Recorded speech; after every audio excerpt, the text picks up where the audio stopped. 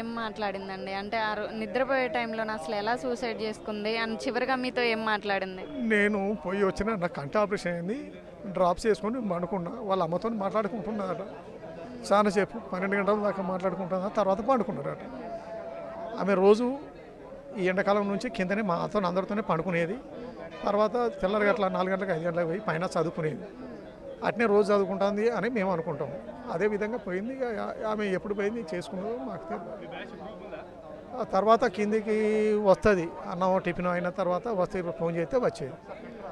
అట్లా చేసేవారు రాలే. పోయి నేను చూసే వరకు ఆమె డోర్లు కిటికీలు అన్నీ పెట్టుకున్నది. బెడం కొడితే తీస్తలేదు.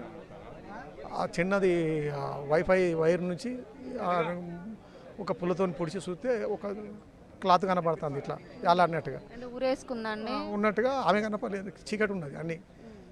అడిగింది ఇక అరే మా చిన్న అమ్మాయి వచ్చింది చెల్లెకి అక్కకి ఇట్లా అయింది అని బాగా దాన్ని తలుపును కొట్టి తీసి చూసే వరకు ఆమె తీద్దామని నేను పానంతో ఉన్నదని ఆశతో పట్టుకునే వరకు కట్టే దర్శకపోయింది. నాన్న లేదురా అక్క చనిపోయింది అని చెప్పి ఊరుకున్నాను.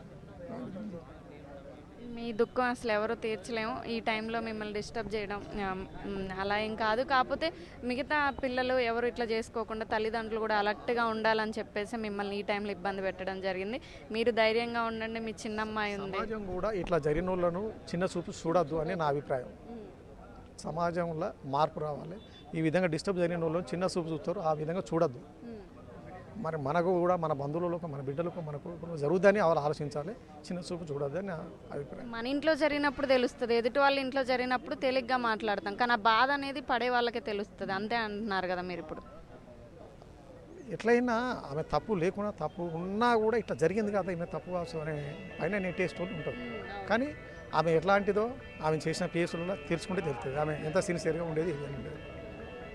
చూస్తున్నారు కదా, తన కూతురు ఇద్దరు పిల్లల్ని చదివించడానికి పల్లెటూరు నుంచి ఇక్కడ కాజీపేటకు వచ్చి వాళ్ళ కోసం వాళ్ళని చదివించి ఉద్యోగాలు వచ్చే వరకు కూడా కష్టపడ్డటువంటి తండ్రికి ఈరోజు కడుపు కోత మిగిల్చింది. కానిస్టేబుల్ అంటే ఎంతో కష్టపడి కఠోర శిక్షణతో వీళ్ళు జాబ్స్ కొట్టి ఉంటారు. ఒక్క 2-3 పాయింట్లతో తన లాంగ్ జంప్లో ఎస్ఐది మిస్ అయింది. తనకి మ్యారేజ్ అయింది. ఫస్ట్ మ్యారేజ్లో ఇబ్బంది అయిన తర్వాత పేరెంట్స్ దగ్గర ఉంటుంది. సెకండ్ మ్యారేజ్ చేయడానికి కూడా తల్లిదండ్రులు ఆ ప్రయత్నం చేసినప్పటికీ చెల్లికి చేసిన తర్వాత చేసుకుంటాను అన్న వేలో ఉండేది. బంగారం పెరుగుతుంది, చెల్లికి నాకు పెళ్ళికి కావాలని చెప్పి 2-3 షాపులు తిరిగి వచ్చి కూడా బంగారం కూడా కొన్నదంట లాస్ట్ డే నైటు.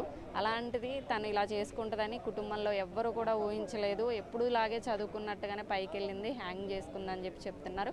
హ్యాంగింగ్ చేసుకునే వరకు వాళ్ళు వెళ్ళినప్పటికీ కూడా అప్పటికే తను చనిపోయింది. ఎక్కడో కొనోపిరి ఉంటుందని చెప్పి తల్లిదండ్రులు ఆశపడ్డప్పటికి కూడా వాళ్ళందరికీ నిరాశ మిగిల్చిందామే. ఇలాంటి మరిన్ని వార్తలు మీ ముందుకు తీసుకొస్తున్న మీ ఆర్ఎన్ టీవీ. Keep watching.